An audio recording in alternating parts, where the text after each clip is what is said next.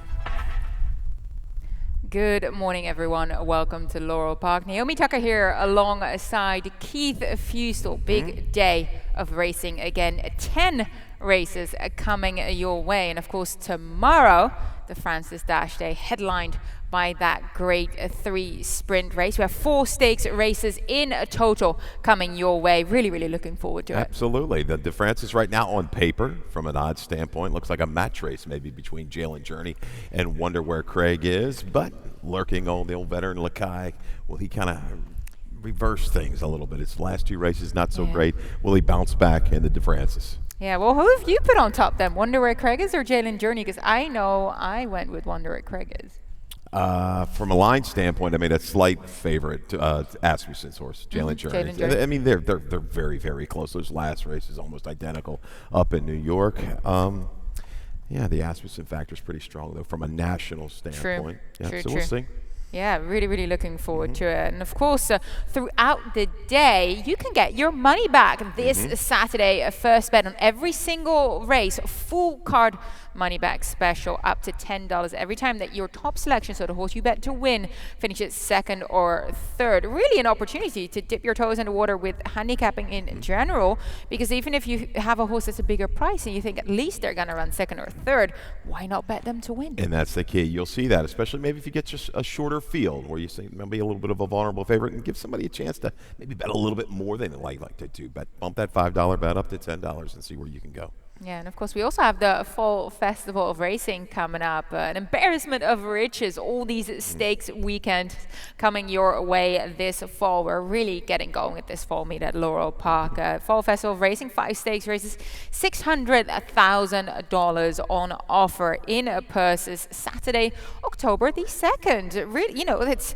from a handicapping point of view, plenty of races to dive into. You're going to have plenty, and I know, like I say, Trish Bowman's done a great job, our stakes coordinator here, and the rest of the team in the racing office helping her out with putting these great cards together. Like every month, we have something to look forward to here in Maryland. Yeah, absolutely. I feel quite lucky to be here. It's not easy, again, as will be shown by today's card. Very much looking forward to hearing your opinion, because there's a couple of races that we completely diverge in our picks. nature of the game, of course. Let's have a look at the current track conditions. Fast main track. You can see tractors are working there, making sure it's in tip-top condition. And of course, a good turf track at present. Rail out 70 feet. You can see it's quite far out, really trying to find that fresh grass to run on for everyone. Yeah, we had a little bit of rain in the area here late yesterday, even a little bit more north and west of the Laurel area. But yeah, we're going to start the turf course at good. Main track fast. If you noticed yesterday, our first little hint, and I don't know if it'll hold true again today, but you wanted to be inside yesterday. That rail was good, speed was good for the most part. So if you're taking notes on track conditions, a little bit of a bias, I'm giving an edge to the inside yesterday. Yeah, very good to note indeed. Let's dive into this first race. Of course, start of the early pick 5. Race number 1, maiden special weight event for the juveniles. I always like those races. A little bit like a bag of chocolates. You never really know what's going to come out of it. 1 mile, the 1-turn mile, the distance here for the 2-year-old fillies. And Keith, you landed on the number 6, Nonna T for Anthony Margotta. Victor Carrasco on board. This was another of the fillies that made her debut at the Spa. There's a couple in here coming out of Saratoga races. She ran behind that day Gimmick 1, but Jester Cole's Nojo, who was second, I think it was Maryland bred, then went on to win next time out with a 78 buyer. So a good kind of form race, but Nonna T was a little bit further back there. Yeah, a little excuse at the break and couldn't make a lot of headway, but willing to the wire, that's the key for me. And looking at the breeding, boy, everything kind of screams route. Multiple route-winning siblings in this family, including a stakes winner. I think the top is an 82 buyer. She won't have to run that today to win it, but she just comes out, I think, of a stronger race. That's why I gave her a slight edge. Now, Margotta, he's been chilly here in Maryland. Hasn't run a lot of horses the last few years, but he is 0 for 13 and 2 for 13 in the money the last 5. So he's trying to get off the schneid here at Laurel Park or Pimlico in Maryland. So, yeah, but Nonna T looks well spotted here today. She's going to be tough. And also like that work coming in here, 101 on the 12th of September. That looks pretty sharp to me for a 2-year-old. Definitely good enough in here. And I like her outside draw. Like I said, outside draw can really help a horse, especially with these youngsters. But I actually landed on the inside draw as much as I keep talking up the outside draw. I landed on opening night for Kelly Breen, Charlie Marquez. They also took her to the Spa. For her, it was her second outing that they went there. Unfortunate start, kind of like it didn't help her that much. She still managed to get up for third. That was that maiden claiming 75,000 level. I feel like this ought to be a little bit easier, but you were saying that you prefer Nonna T because you think that race came up a little bit tougher. I did. I think that was a stronger race, but taking nothing away from the one's effort, she improved dramatically over her second after her debut. That's what I thought. She had trouble last time out as well. I like the way she churned on to the wire. Breen has had some success. Smaller sample again. 3 for 11, 27%, but 7 for 11 in the money with these 2-year-olds going sprint to route. Yeah, really looking forward to this race. Race number 2, start of that early pick 4. Now, Keith, you're our pick 4 man. How are we seeing it today? Oh, we were right around it yesterday. That was a brutal beat. I needed Mary Epler's horse, right, and Posterity. They run second and third. The girl beat the boys yesterday. Yesterday was incredibly tricky. Yeah. Good day, though. And I feel bad whoever had the late pick 5. There was a ticket alive for $49,000. The horse that ran second. Tough beat. We know that feeling. But onwards here to the early pick 4. Too deep to get you started with the 3 gas money. We've got a stat coming for that. And the 9, Dreamin' of Seville. Third race, it's a spread for me. I think Peterson's Courage is vulnerable. 2, 3, 4, and 7 for me there in race 3. Race 4, we go 3 deep. And we've got some blow-ups in here. 4, 6, and 8. I think this is an extremely wide open race. I've got to search for value. I'm going to get some breeding here that I like. I'm going to take a shot on a couple of these horses on the turf. Race 5, 5, and 8. They look like kind of the 2 to center around in race 5. $24 for your early pick 4. Yeah, pretty good number still, despite not being able to find a single. I ended up doing a late pick 4, and I also couldn't really find a single today. Nobody really to kind of key this day around, so completely understand. Well, let's dive into race number 2. You were already discussing the number 3 gas money. Both of us landed on this 5-year-old gelding by Seville, JD Acosta aboard. We do have a video of his last outing. That was at Colonial, going that mile and an 1/8. We're going to go the 1 mile here on the grass as well. And he kind of ended up being the horse that made perhaps a premature sharp move around. You're just seeing him make that move up there. Yeah, moving wide here is Gas Money. A little wide into the far turn, makes this big run, closing up about 3 or 4 lengths from probably the 5/8 pole into the far turn. And just, I don't know if that was a little bit premature, just didn't want to deal with the traffic, Naomi, but he kind of just cruises up there. But this is a much better horse. It's going to go right on by. Cartano comes back and whistles. But look at Gas Money's effort, the final 3/16. Very willing to the finish. Cartano was a beaten favorite last time out for a much tougher field, but still he ran was actually incredibly. 7 in here. I do think we have the Yes, spotlight on the 2. yes, He is the number Gas Money 7 in was that the 7 replay, horse. so just Yep. make a quick note there. We'll get that changed, of course, for the afternoon. Yeah. Still, he made that move, looked like he had it, and then just couldn't hold off Cartano, who did win. And we have a stat here that you dug up. Yeah, for Neil Morris, last 2 years, 13 for 48, 27%, 26 for 48 in the money with claimers on the grass course. Look at that ROI. That's pretty strong. Just about $4, $3.91. Gas Money just needs to save some ground. There is some speed taken out of this race with Tempting Moment, who was just going to roll to the front. Scratch the 2 in here, Tempting Moment. But I think Gas Money, if he can just save some ground early, maybe just wait until about the quarter pole to make that big run, I think he can fire home. I'm not really concerned about the drop. You've got a 5-year-old here. He's only run, 5 times? Questionable of how much longer he's going to stay here, on the flat. Neil Morris sometimes transfers over to the hurdles and stuff, but I think he can get it done here on the drop. Yeah, both of us actually see this race exactly the same. Okay. Now, that's not going to be the case for some of the other races, but Dreaming of Seville, Horatio is going to get on here for the first time. He was second in his last 2 outings for Saranago. He moved into the sharpest part of the race last time out. They weren't holding back, and he kind of ran into that at Colonial, and I think that just took a little bit out of him, but I do think he's going to be well positioned here as well. Absolutely. He'll make that sharp middle move, it looks like, into this pace, and he can stay at this particular distance. I think the speed, we talked about the speed of the 2 horse coming out of this race. That leaves Titrate, the 4 horse, possibly on the front end, so I think he can carry it a long way. This is the right move after that maiden score, just dropping down a touch in tag at the 16, but this is the right level. Yeah, race number 3, maiden claimers 40 to 32,000, 6 furlongs distance.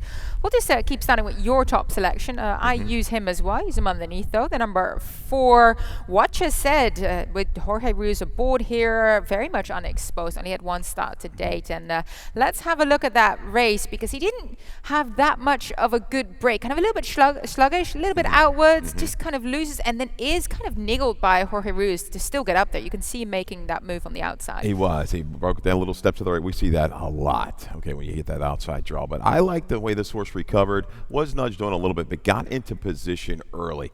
To me, looked like he just maybe lost a little bit of a focus into the turn. Yeah, you see the 3 horse checking in there. We'll see him down the road. But anyhow, wide every step of the way. And you drop back right here. He's just kind of like, all right, what do I do? The jockey horse tells him, I'm ready to go again. So he picks it back up through the final 1/8 of a mile, closes like 4 lengths. We're going to get first-time Lasix. That experience definitely helped. I think the 3 is vulnerable. I'm looking for a price play, and I think that's one you can key around in your exactas and tries and maybe boost things a little bit. Yeah, absolutely. I landed on a first-time starter jumping from the rail. The kind of thing that I keep advertising is tricky to do. But Liberty Star, I love this 3-year-old's pedigree. He's out of a dam who won on debut by 12 lengths at 98 buyer on debut. And she ran at graded stakes level. This is the first runner for her, so we don't know that much about the family just yet. But I like the sort of sharp works coming into this. And, of course, Lacey Gaudet, she's been doing very well with the first-time starters as of late. Yeah, capable. She hasn't run a lot of straight 3-year-old firsters of late. But yeah, you definitely have to take notice. We'll need an alert break, because there's definitely speed just drawn to the immediate outside. So he better be tied on Liberty Star out of the gate. How about Peterson's Courage? Possibly going to take money again, but hasn't been able to get the job done in 4 starts a day. No, if he comes back to like that 2-back or 3-back race, I think so. But he may be just one of those horses that just knocks on the door, and never gets it done. 8 to 5 in here, you're going to take an awfully short price. I think he's tough to leave out of your multi-race bets. But if you're attacking it, just a single horse, I'd take a shot and toss him one time. I think 8 to 5 would be too short to bank on him in this spot. I would look for some kind of value and use him underneath, because he might just indeed run back and upset them all, but he will most likely get placed second. I'm assuming that's kind of the way I looked at this in here. Race number 4, maiden 16 to 12,500 fillies and mares, 3, 4, and 5-year-old, 5.5 furlongs on the lawn. And well, this is one of the races that we look at this quite differently, Keith. I landed on the number 5, Zola B. She's actually my price play of the day. Absolutely brutal start last time going 5 furlong. She got knocked sideways twice. All her speed and probably all the air in her lungs was gone. It was really one of the worst kind of ways that you can get knocked, front side and back side. Just lost everything, any chance. Ends up nearly last, but she still rallies to make up a couple of lengths. And I'm just looking back at some of her long turf form. If she gets a better start at a price, I'm willing to take a chance here with possibly a better starting scenario. Yeah, she ran well at debut. She did.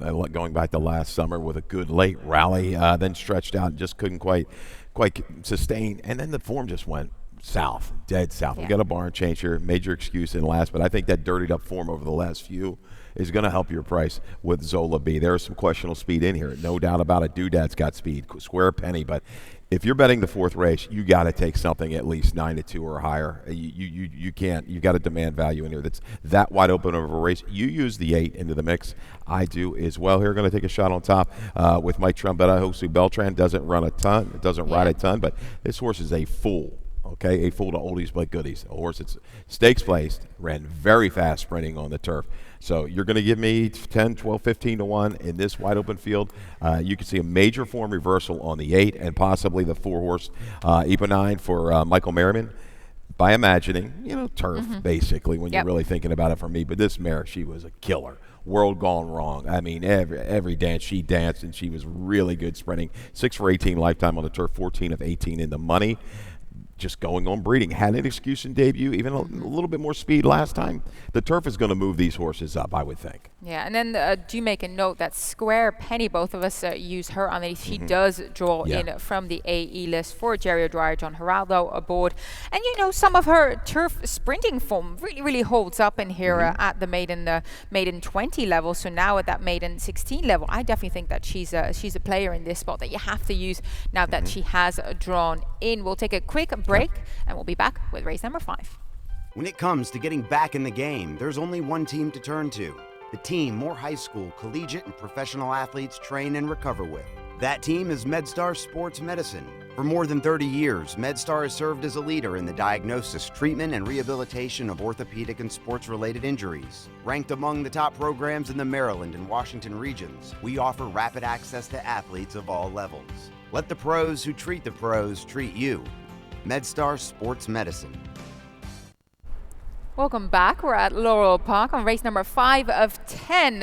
Optional claimer starter allowance kicks off the Rainbow Pick 6 sequence. And our analyst, Callie Francois, created a Rainbow Pick 6 ticket for us. A really cheap $28.80. And she singles in this exact race where actually, Keith, you and I have the number 8 Unrequited Love on top. But she singles on my second choice, the Jerry Robb trained Corn of the Cub. But this is the first time this mare is running for the Robb stable. First off the claim, we know Jerry Robb does very well with those types, and she has posted some higher speed figures than this field in some of her earlier races, so do understand that single. Race 6, she goes too deep, the 1 and the 3 here. Miss Majorette, my top selection, so is yours, so she's in there. Race 7, too deep again, 2 and the 4. The number 2 is also my top pick, Contraflow for trainer Kieran McGee. And then race 8, she goes 3 deep, the 3, the 8 and the 9. Race 9, 1A, 3 and 6, and then race 10, the 3, the 5, the 6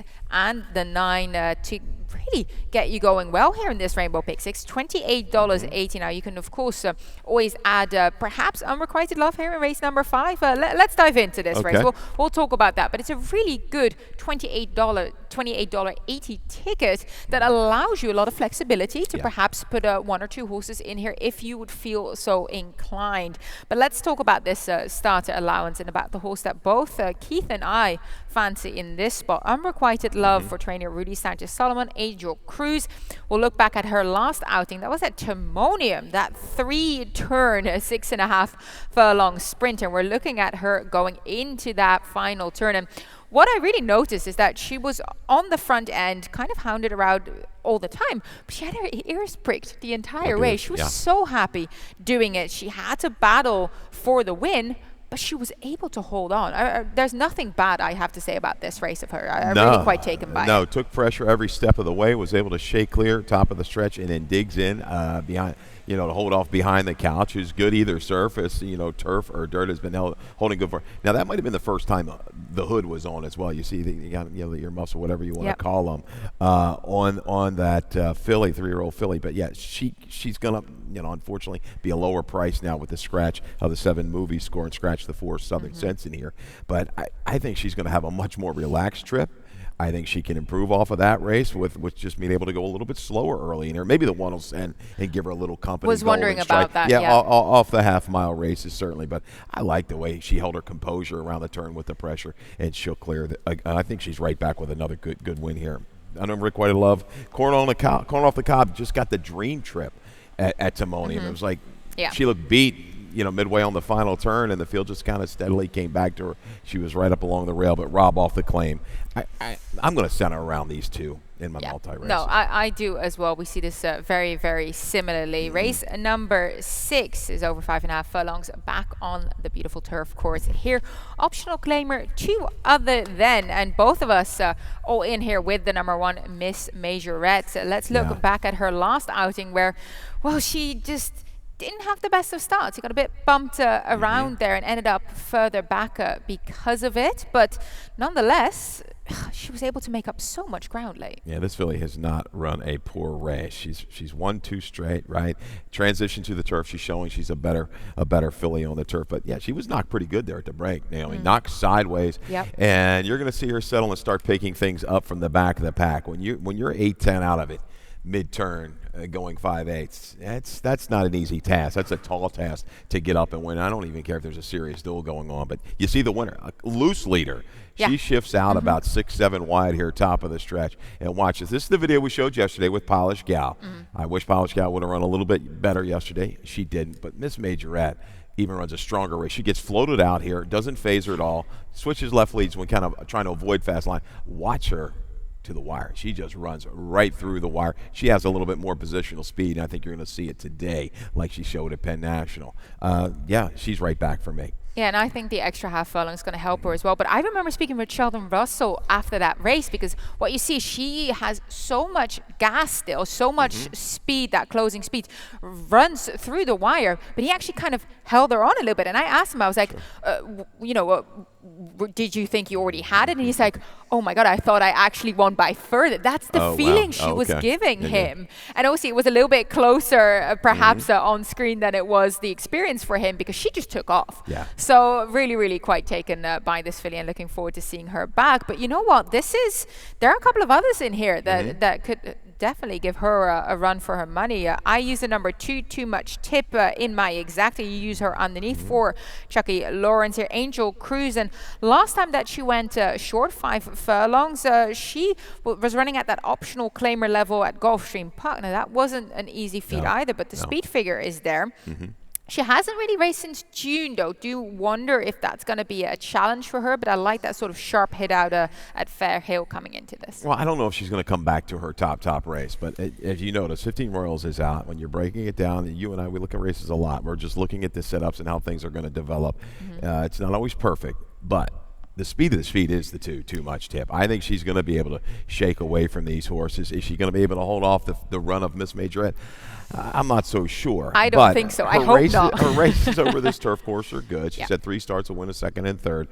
She's fresh. I think it's all systems go, and I think she does hold on for a piece. Yeah, I hope she will anyway, because even just looking at what she's done in the past, her career best speed figure came sprinting on the turf, and that was right here at Laurel Park, actually, over 6 furlongs. So just looking forward to seeing her back. I also massively respect Ella Nation. She Jamelia Stakes winner 2 starts ago, and then I looked back at that allowance race at Monmouth, because, face value, I thought it looked a little bit disappointing, right, for what she's shown us she's capable that she can do. She didn't really get a good start. She kind of had to sit back and force take back, ends up being completely out of the race and never really came with a run. No, she didn't, but she's coming back to, one of her top races, I think, today. She avoids early adversity, maybe the first 16th of a mile. She settles. She's going to make a run. Ella Nation certainly keys up against the right kind. That was a good field. Introduced Miss Aramet, Tracy Zann's Legacies. When you're looking at these two other thans, these three other than optional claimers on the turf, the sprinters, you see these names all over. They are hugely key horses, and she was very respectful against them. I think she's going to be fine in here. Another one tough to leave out of your exacta boxes. Well, even just looking at the price that she went off at $11 after winning that stakes race and then coming into the allowance level, a testament to how deep that field really was. Race number 7, Mauen 16 start allowance optional claimer.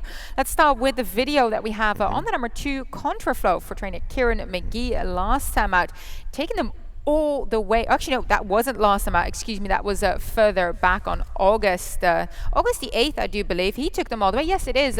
Make a note there. The number 3 is not Contraflow. It is the number 2. They're taking them all the way. I got slightly confused there. I was like, wait, hold on. He's not on the lead, because he was incredibly impressive. It looked like a paid workout that day. Yeah, and what he has is like that cruising speed, and he's done it, his last couple races off the claim. He gets out there. He's running 24, 48, 47, I think. And when it's from about the half-mile pole to the quarter pole, he throws that knockout punch. He's able to do it. Yeah, a little drift here, but watch how he finished. He's not a horse that's like staggering to the wire. He is still rolling pretty good. A little drift, that doesn't bother me too much. Gets corrected late. Going right through the races here, I think he's gonna be on the lead or just off of it. I like the gameness as he's shown. He's got that speed and that can kind of just move away from the field from the far turn of the race, and so does Bustoff, the 9. I think these two can run around the racetrack, get in their own little match race, as long as they don't go too fast too soon. Bustoff's a horse I've always liked. I mean, what's his record here at Laurel? It's huge. He is 7 for 19. He's raced himself into back to shape. Maybe he's not on the top of his game, but I think he's going to like the return to Laurel here, and I think these two hang around a long, long way. Yeah, I use the number 2 Contraflow on top. But let's go to my late pick 4 ticket first, because that starts here in race 7 as well. 1, 2, 3, 4 deep I go in this field. I'm hoping to get a price home. It's been a day of price plays yesterday. I'm thinking that today might be one of those same events here. Race number 8, I go 3 deep in there, using the 2, the 8, and the 9. The 8, my top pick in that spot. Slipping Jimmy for Sarah Nagel, dropping back down from that non-3 life claiming 15 level back to this here at Laurel Park. And then race number 9, I thought that was a really tough race to figure out. I did end up using the 3, the 4, and the 6. Ended up landing on Ain't the Beer Cold, because I think he's the only one that really can stay the 7 furlong out as well in this race. I think there's just a couple of sprinters stretching out in this spot, which makes it a vulnerable spot for someone, a runner that has already done well over longer distance. And then race 10, trying to tighten down 5 and the 9 in that. $36. Look, it's not as cheap. I'm just thinking that there's going to be a couple of upsets, and I want to make sure that I'm on board here. But quickly to mention the number 2 Contraflow, stablemate Brutus, who was second in that race that we just saw, where Contraflow just dominated up front. He then came back at Timonium to win with an 81 buyer as well. I used the number 4 Publius Sirius as well for Tim Kreiser. Charlie Marquez on board.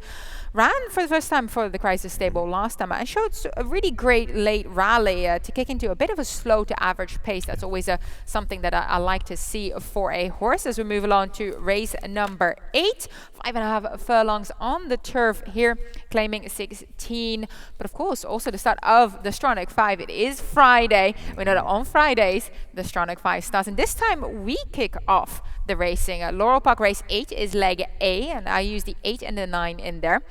Gulfstream Park is leg B, the 1, 2, and the 7. This is an all-star ticket, so all the handicappers from the respective tracks have put their 2 cents in to put this ticket together. Laurel Park race 9, leg C, 3, 4, and 8. Gulfstream Park, leg D, 1, 3, and 6. That's their race number 7. Golden Gate Fields closes things off here with the 1 and the 4 with race number 2, a 108 ticket. But you know what we've seen in terms of payoff thus far, I think it's worth it. Absolutely. No, I think we've got a little scratch in the 9th at Laurel, right, for that ticket. Hemp Oh, yep, I Is do that believe so? that's the case. Saves Apologies, you a I little should bit have of money, sent or in we'll come the back. updated No. ticket here, but we'll change that, and we'll make sure that Yeah. I'll put in my other horse in there, because I do believe that I ended up landing on, I've got the 4, the 3, and the 6 in race Perfect. 9. So There you go. we'll change that over there. Race number 8, let's dive into this field here. 5.5 furlongs at the distance, and you landed on the Rail Runner. So dialed in for Training Fair as Alan. Yeah, a little price shot as well. I said you're using the 2 in here as a big price. Zor for Justin Nixon. Of course, we got off at a big price yesterday, right? Chrome plated art. You like that one? Just missed the I place. did. Unfortunately, just missed out on blanket finish there. You know, ran well though. This is a tough race. I think the 8th race, everybody's looking Slippin' Jimmy. Clearly the horse to beat with the big class drop. Keys up against the right horses. Comes out of a big race, 2 races back. It was a double key race. Horses that have won 7, 10, 11 races. That was a strong field. Just concerned a little bit about the drop, but so dialed in. I think, back in the barn of Ferris Allen, this horse has run big figures for Ferris, has positional speed again, good effort. I didn't think that horse would run that big on the dirt down at Colonial. I think back to a better surface here in the turf. I like his tactical speed. There's enough in here. He can draft up in a very good position from mid-turn and make a run. Look, I didn't use him, but I'm now very intrigued to see how it will pan out. But yeah, the number 8 is my top pick, Slipping Jimmy, as you mentioned, dropping back down. A bit of a layoff, though. Has been preparing at the Brayburn Training Center in Virginia, but terrific speed fix in his last couple of races, and dropping down from the levels that he ran at Belmont, at Gulfstream Park.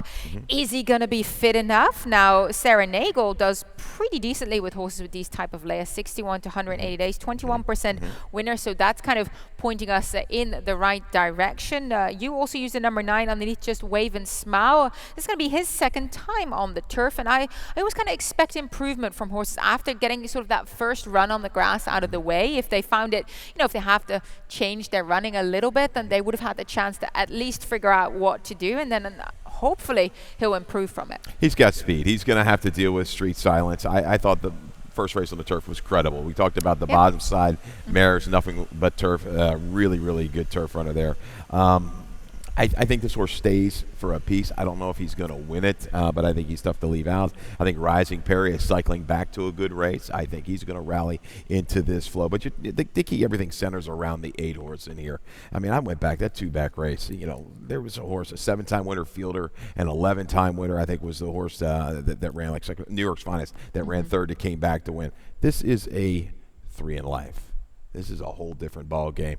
And you're wondering, but he's only had 9 starts. He's a 5-year-old. So you're thinking that turf season, I know it's not the end of turf season, but maybe they're saying this guy, we just got to put him where he can win. And maybe, today is the day for him. Absolutely. Yep. Race number 9, Maryland bred, Maryland Sires allowance race. 7 furlongs distance. I must admit, this race was a little bit of sort of trying to figure out a puzzle. I do know that we have a video spotlight on your top selection, the 1A Rad Paisley, who just didn't get the best of starts. No, I've been chasing Rad Paisley. He's finding trouble, and unfortunately, this one, I've looked at a couple of these horses that Robbie's trained. They found some trouble. The other part of the entry, Rock the Boat, was able to overcome a lot of adversity in debut. We'll wait for that one another day, but I like this effort all in all for Rad Paisley. He's got speed. He's got positional speed. Wasn't able to show it the last couple of times, but all in all, with this race, Starburst is kind of controlling things on the front end, going to the lead, who's back here again, set a perfect trip right behind the speed and closes to make a big run.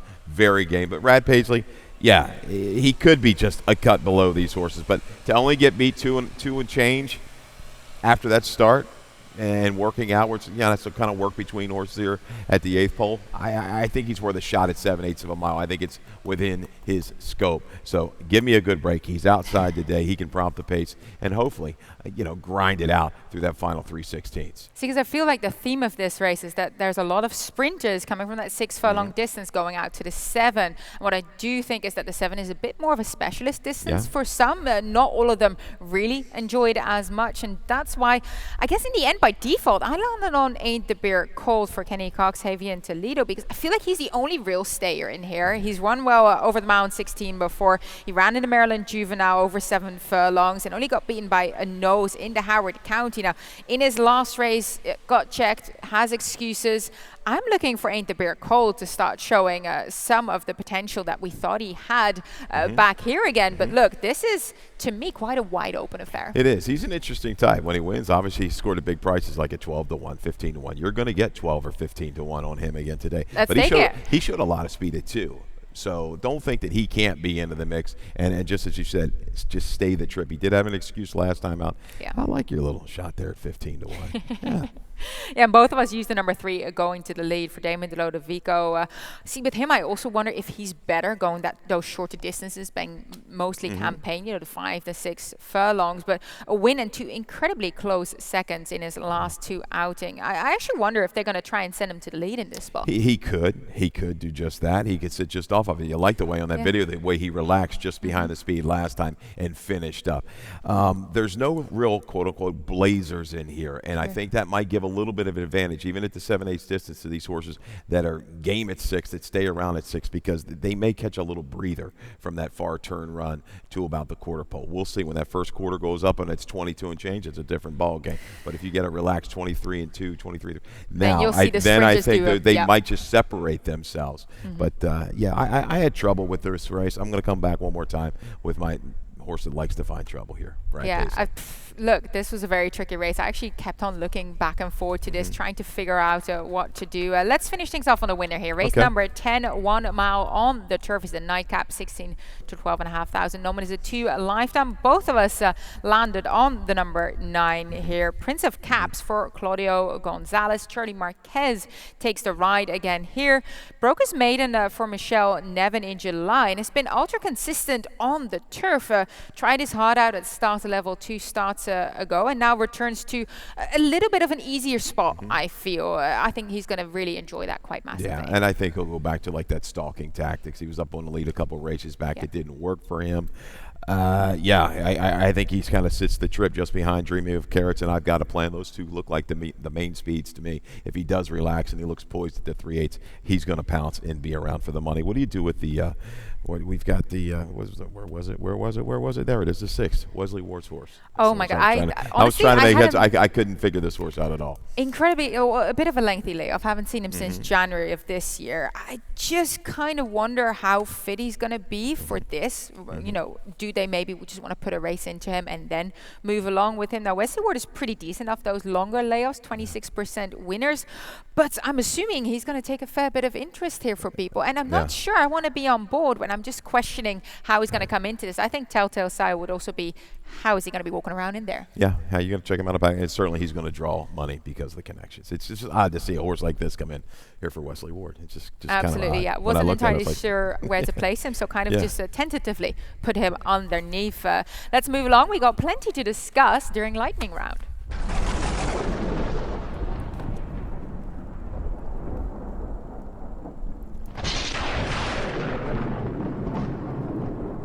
Let's give you an update on the current jockey and trainer standings. Javier Toledo has tentatively taken the lead here. We're now on our second week of the fall meet. 4 wins for Toledo, and Pimlico leading rider. Charlie Marquez chasing him below that with 3. So does Julian Pimentel, Forest Boys, Horatio Caramanis.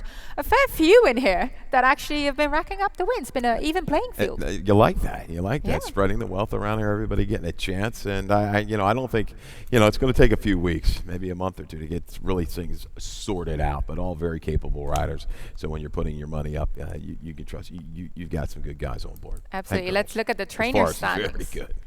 Forrest has been doing tremendously. Michael Trombetta, Jamie Ness tied for the honors thus far with 3 wins. But as we know, anything can change. When one win is separating everyone, you know that day by day, these trainer standings are going to change. But it's fun to see that a lot of trainers got off to a decent start. Now, we already highlighted it. It is Friday, Stronach 5 Friday. So it returns again with 2 legs here at Laurel Park. Leg B is at Gulfstream Park, and leg D is at Gulfstream Park as well. So we go Maryland Jockey Club, Gulfstream Park, us again, Gulfstream Park, and then Golden Gate Fields has something to say about the outcome of today's Stronach 5. And looking ahead to tomorrow, the 4 stakes races that we have coming up, we do have an intriguing sort coming in here for trainer Michael Stidham. Roadster was with Bob Baffert prior to that. We see him here winning the Grade 1 Santa Anita Derby. Now, that was in 2019. He's never run on the East Coast. This is going to be his first try. Yeah, he's been prepping in with Stidham, right? That's yes, the Stidham he bar has now. Been training up at Fair Hill. Looks like to be training forwardly, but, you know, comes back and meets some tough horses in here. He's fresh. He's got some speed. His last few races, you know, prior to this break and coming into this race, he's been towards the front end. Will he show a little different tactic? I think he might have to, because the Gary Capuano horse on the outside is very fast. He's been very game. Yep. So I'm not sure if he's going to get a comfortable trip here first time for the barn. Yeah, definitely just kind of intriguing to see him and how he will fare in this stakes race with the Stidham outfit. Let's look back at some of the action from yesterday. We did have a couple of notes that we wanted to pass along to you. Bet on Bids, 2-year-old first-time starter by Divining Rod, who we also know has been doing terrifically well. Anthony Ferrier trains. Xavier Perez was on board. And, well, this 2-year-old... I don't think anyone was ever going to get anywhere near him. I tell you, those two went right at it, right? Don't Cross Fuzzy and Benno Bits right from the get-go. They were in their own match race around the turn, and then Benno Bits at See You Later opened up emphatically there. We talked about the purchase price, like a $52,000 yearling in for the 16. They were attacking first time out. They got the job done. I think the preliminary buyer was, I believe, about a 56. But you know, after all of that hard work early, that horse was really running through the wire. Yeah. I was quite taken with that performance. Seemed very, very comfortable on debut. And then we do have a trip note on 2 runners that unfortunately weren't as lucky, Argentic and Lucky Ramsey. Well, Lucky Ramsey not as lucky today, because both of them were kind of boxed in. Runners all around them. Argentic trying to come up with a run on the rail there. And then the number 4, Lucky Ramsey as well. Look, they're nowhere to go. Argentic, the same story. Look for them next time, right? Yeah, you have to. They both had run. And watch Lucky Ramsey's going to get stalled off right here. The scene closes up a check. Argentic again. These are horses that both took money in this race, and there's where the mare beat the boys. And Minister Strike just couldn't get up for us, but our man Vinny Perron with a nice score. Good sniff out for Vinny. And yeah, you've got to put those two on the stable mail coming back for the same level.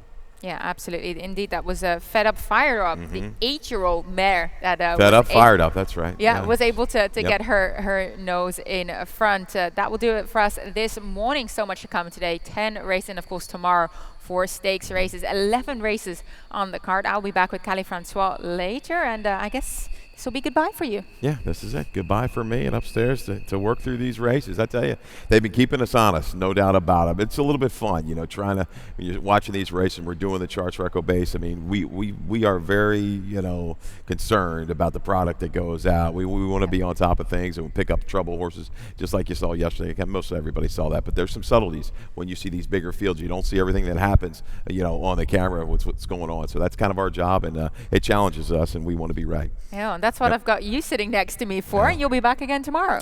Yes, we will. To Francis Dash Day. And I might have been wrong. Roadster, has he gone a couple races for Stidham or not? I think he ran 1 race from Stidham, just on the top of my head. I know he's down at the fairgrounds, right? Yep. So, yeah, I want to be right about that. But, yeah, off a little freshening. We'll see what kind of trip he gets tomorrow. But, he had one race with Stidham, the Grade 2 at Fairgrounds, indeed. Okay, so you were right there. Right. Yeah, I remember he had run a race for him before, and now back in their barn. So, yeah, very much an intriguing sort to look ahead to for tomorrow. And I'll be back in a little bit, and good luck, everyone. Yeah, don't miss out on the Stronach 5. Last week, I think the payout was, what, $24,000? Something like that. Parlay was like $4,000. Incredibly so high. you got to jump on board the Stronach 5. That's it. Good enough. Good night.